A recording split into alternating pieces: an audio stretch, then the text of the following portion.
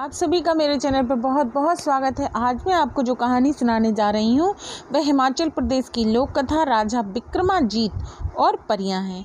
इसके लेखक हैं मोतीलाल घई। तो चलिए शुरू करते हैं आज की कहानी राजा विक्रमाजीत और परियां। प्रजापालक विक्रमाजीत को सदैव अपनी प्रजा से सुख दुख का ख्याल रहता। कौन क्या कर रहा है, किसकी क्या दुख है, इन बातों का पता लगाने के लिए वे यदा कदा भेष बदल कर निकल जाते। ऐसे ही एक रात बाजार की गलियों में घूम रहे थे। आधी रात का समय था। चारों ओर अंधकार और गहरा सन्नाटा था। गलियों के चक्कर लगाते लगाते वे एक मकान के सामने आए। लैंप का टिमटिमाता प्रकाश बरामदे से बाहर आ रहा था। बरामदे में एक बुढ़िया बैठी थी। वह कभी चरखा काटती तो कभी हुक्का पीती, कभी हंसती, कभी रोती, कभी नाचने लगती। विक्रमाजीत को उसकी यह अजीब हरकतें देखकर बड़ा आश्चर्य हुआ। आखिर वह उसके पास जाकर इस स्थिति का कारण पूछ ही बैठी। बुढ़िया बोली, मुसाफिर तुम अपने रास्ते से चले जाओ, मुझसे पूछकर क्या कर लोगे? विक्रमाजीत कहने लगे, नहीं माँ, तुम बेधड़क होकर मुझे बताओ, मैं तुम्हारे दुख को अवश्य दूर करूंगा। बुढ़िया बोली, मुसाफिर, अगर मेरे दुख को कोई दूर कर सकता है वह सिर्फ राजा विक्रमजीत ही है। इसके अतिरिक्त और किसी के अंदर इतनी सामर्थ्य नहीं। विक्रमजीत बोले, मैं ही राजा विक्रमजीत हूँ, तुम बताओ तो सही। बुढ़िया बोली, तुम्हें एक शर्त माननी होगी। अगर 6 मास के अंदर तुमने मेरे कार्य को पूर्ण नहीं किया तो 6 मास समाप्त होते ही तुम्हारी मृत्यु हो जाएगी। इस पे कोई संदेह नहीं। विक्रमजीत ने सहट शर्त स्वीकार कर ली। बुढ़िया बोली, मेरा नौजवान बेटा और बहू अंदर के कमरे में सोए हैं। एक दिन जब मैं प्रातः उनको उठाने गई तो देखा दोनों गायब हो गए। उनके बिस्तरों पर सिर्फ बड़े बड़े पत्थर लेटे हैं। यह रहस्य आज तक मेरी समझ में नहीं आया और तब से मेरा दिमाग सही काम नहीं कर रहा है। मेरी हालत पागलों जैसी है। अतः तुम 6 माह के अंदर मेरी बहू और पुत्र को अपनी प्रतिज्ञा अनुसार वापस ले आओ, अन्यथा 6 माह होते होते ही तुम्हारी मृत्यु हो जाएगी। राजा ने बुढ़िया से विदाई ली और उसी रात राजधानी का परित्याग कर बुढ़िया के बहू बेटे को खोज में निकल पड़ा। घूमते घूमते कई दिन व्यतीत हो गए। भूखे प्यासे भ्रमण करते करते उन्होंने दुनिया का कोना कोना छान डाला, लेकिन कहीं भी उनका पता न चला। एक रात वे एक नदी के किनारे पहुंचे। थकावट के कारण सारा शरीर चूर चूर हो रहा था, अतः नदी के तट पर लेट गए। नदी के किनारे की शीतल वायु के लगते ही उनको नींद ने आ घेरा, लेकिन चिंता के कारण नींद भी कितनी देर रहती। रात के करीब 12 बजे के करीब उनकी नींद टूट गई। सोचने लगे, 5 महीने तो समाप्त हो गए, लेकिन मैं अभी तक अपना वचन पूरा न कर सका। 6ठा महीना समाप्त होते ही मेरी मृत्यु निश्चित है, अतः इससे तो अच्छा है मैं स्वयं ही नदी में छलांग लगाकर अपनी जान दे दूं। ऐसा विचार आते ही विक्रमाजीत नदी की ओर चल पड़े। ज्यों ही वे छलांग लगाने लगे त्यों ही उन्हें अंधेरे में कपड़े धोने की आवाज़ सुनाई दी। उन्हें बड़ा विस्मय हुआ, इतनी रात बीते कौन कपड़े धो रहा है? चलकर वहीं पहुंचे। धोबी से पूछा, अरे भाई, तुम आधी रात के वक्त कपड़े धोने की क्या आवश्यकता पड़ गई? धोबी बोला, महाराज क्या करूं, हमारे यहाँ अनारकली नाम की लड़की है जिसे आज तक सूर्य का मुख नहीं देखा। दूसरों को तो देखना ही कहाँ, उसने जितने भी काम होते हैं वे रात को ही किए जाते हैं, यहाँ तक कि उसके कपड़े भी रात को ही धोकर सुखाने पड़ते हैं। राजा को यह सुनकर और भी हैरानी हुई। वापस आकर अपने स्थान पर लेट गए और बड़ी देर तक सोचते रहे, लेकिन वह गुत्थी सुलझी नहीं। वे सोचने लगे, एक तो मैं ऐसे ही दुखी हूँ, फिर इस झंझट में पड़ने से क्या लाभ, अतः अब तो मुझे डूबकर ही छुटकारा ले लेना चाहिए। वह फिर चल पड़े। जैसे ही डूबने के लिए तैयार हुए, उनके नाक में धूप की बड़ी मीठी मीठी सुगंध आई और साथ ही निकट से शंख की ध्वनि सुनाई दी। विक्रमाजीत सोचने लगे, 2 दफ़ा रुकावट पड़ गई, इसका मतलब यह हुआ कि अभी मेरी मृत्यु नहीं आई है। प्रातः हो रही थी, शायद कोई साधु महात्मा भगवान की पूजा कर रहा है, चलो उन्हीं के दर्शन करो। चलकर महात्मा जी की कुटिया में पहुंच गए। महात्मा जी के चरणों में प्रणाम किया और एक तरफ बैठ गए। महात्मा जी ने उन्हें देखकर बोले, पथिक, लगता है तुम इस समय बहुत दुखी हो, लेकिन तुम्हारे मुखमंडल के तेज से ऐसा आभास हो रहा है कि तुम किसी उच्च वंश से संबंध रखते हो। विक्रमाजीत बोले, महात्मन, मैं राजा विक्रमजीत हूँ। संकट में होने के कारण नदी में डूबकर मरना चाहता था। इतने में शंख ध्वनि सुनाई दी, अतः मरने से पहले आपके दर्शन के लिए आ गया।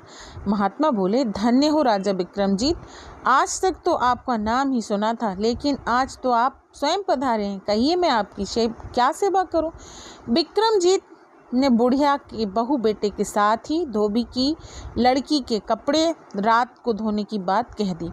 महात्मा जी थोड़ी देर सोचने के बाद बोले, तुम पहला काम यह करो कि किसी तरह से धोबी की लड़की के साथ शादी कर लो, फिर 2-4 दिन वहाँ ठहर कर और हाल चाल देकर मेरे पास आ जाना, तब मैं तुम्हें सारी बातें बताऊंगा। दूसरे दिन विक्रमजीत सज धरकर धोबी के घर गए और उसकी लड़की से शादी करने की इच्छा प्रकट की। धोबी उस सुंदर व्यक्ति को देखकर बहुत प्रसन्न हुआ और उसी दिन विक्रमजीत से अपनी लड़की की शादी कर दी।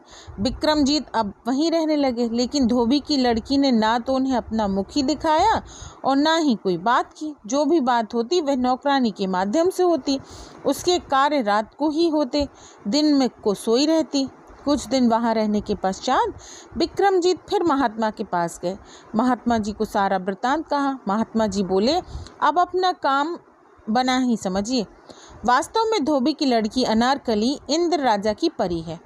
वह रात को जाकर इंद्र की सभा में नृत्य करती है। बुढ़िया की बहू और बेटा भी वहीं रसोइया का काम करते हैं। मैं तुम्हें 3 दिन के लिए 3 गोलियां दूंगा। एक एक गोली प्रतिदिन रात को मुंह में डाल लेना। उसके प्रभाव से रात को तुम्हें कोई भी नहीं देख सकेगा। बस फिर रात को उसी के पीछे पीछे चले जाया करना। वहाँ अपने उद्देश्य में सफलता प्राप्त करना तुम्हारे ऊपर निर्भर करता है। इतना कहकर महात्मा जी ने 3 गोलियां विक्रमजीत को दे दी। विक्रमजीत गोलियां लेकर धोबी के घर आ गया। रात को विक्रमजीत बहाना बनाकर शीघ्र ही सो गया। थोड़ी देर बाद गोली को मुंह में रखा और दरवाजा बंद करके बाहर निकल गया। उधर अनारकली भी इंद्र राजा की सभा में जाने के लिए तैयार हो रही थी। राजा विक्रमजीत ने चुपके से उसके नहाने के पानी में ठंडा पानी मिला दिया और वैसे ही उसके श्रृंगार के कमरे में भी सामान इधर उधर कर दिया। अनारकली को बड़ी हैरान हुई। वह नौकरानी पर बिगड़ रही थी, लेकिन यह तो राजा की करतूत थी, जिसने गोली के प्रभाव से कोई देख नहीं सकता था। किसी तरह वह जलती भुनती तैयार हुई और इंद्र की सभा के लिए चल पड़ी। विक्रमजीत भी पीछे पीछे चल पड़े। आगे चलकर एक वृक्ष के साथ मालती के सफ़ेद फूल खिले हुए थे। अनारकली ने खड़े होकर आवाज़ लगाई, बहन मालती, जल्दी चलो, आज देर हो रही है। बहन की आवाज़ सुनकर मालती भी सज धजकर बाहर आ गई। आगे चलकर एक पीपल के वृक्ष आया, जिसकी 2 शाखाएं आकाश को छू रही थीं। दोनों वृक्ष पर चढ़कर एक एक टहनी पर बैठ गई। विक्रमजीत भी उनके साथ टहनियों के बीच में बैठ गया। इतने में परियां बोली, चल रहे पीपल के पेड़ हमें शीघ्र ही इंद्र की सभा में पहुंचा। इतना कहना था कि पीपल का पेड़ उड़ने लगा और शीघ्र ही इंद्र की सभा में पहुंच गया। दोनों परियों का इंतजार हो रहा था। उतरकर नृत्य मंडप में जा खड़ी हुई। विक्रमजीत भी ढोलक बजाने वाले के पास जाकर बैठ गया। उस समय उन्होंने गोली मुंह में रखकर जेब में डाल ली।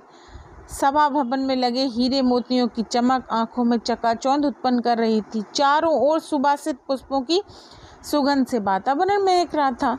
चंद्रमा की शीतल चंद्रिका अपनी ज्योति से सभा भवन की सुंदरता निखार रही थी। इधर पत्नी सहित सिंहासन पर आरूढ़ हुए देवताओं की जय जयकार की, वाद्य यंत्रों की मधुर ध्वनि और ढोलक पर पड़ी थाप के साथ नृत्य आरंभ हुआ।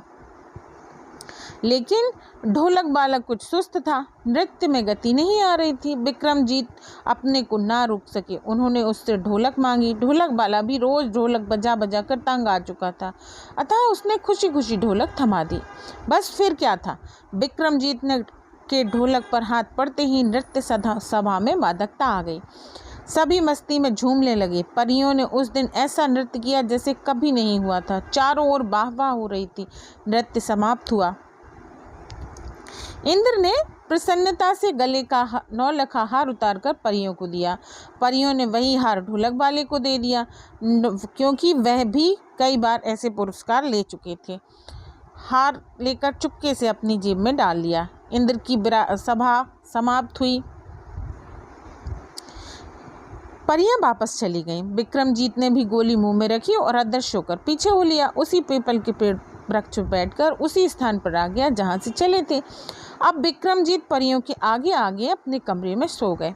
प्रातः हो गई, लेकिन आज वह नित्य की भांति नहीं उठे। अब तक विक्रमजीत जाग चुके थे, लेकिन सोच विचार कर रहे थे। नौकरानी ने आवाज़ लगाई, लेकिन वे उठे नहीं। उसने फिर झंझोरते हुए कहा, महाराज उठिए, सुबह हो गई। विक्रमजीत आंखें मलते हुए कहने लगे, ओह, तुमने तो बहुत अनर्थ कर दिया। मैं आज बहुत ही सुंदर स्वप्न देखा। पास खड़ी अनारकली ने नौकरानी को इशारे से स्वप्न के बारे में पूछने के लिए कहा। नौकरानी बोली, महाराज कैसा स्वप्न था? विक्रमजीत बोले, ऐसा लगता था जैसे मैं आज इंद्र राजा की नृत्य सभा में गया। वहाँ मैंने बहुत सुंदर ढोलक बजाई। इंद्र बहुत प्रसन्न हुआ और इनाम में मुझे नौलख का हार मिला। मैंने उसे अभी अभी लाकर सामने वाली अलमारी में रखा है। जरा तुम जाकर देखो तो सही। नौकरानी को आज्ञा माननी पड़ी। उसने अलमारी खोली। सचमुच ही वहाँ हार चमक रहा था। अनारकली के आश्चर्य का ठिकाना न रहा। दिन व्यतीत हुआ, शाम आई। आज रात को फिर वही विक्रमजीत ने इंद्र की सभा में प्रवेश कर पिछले दिन से भी अधिक सुंदर ढोलक बजाई।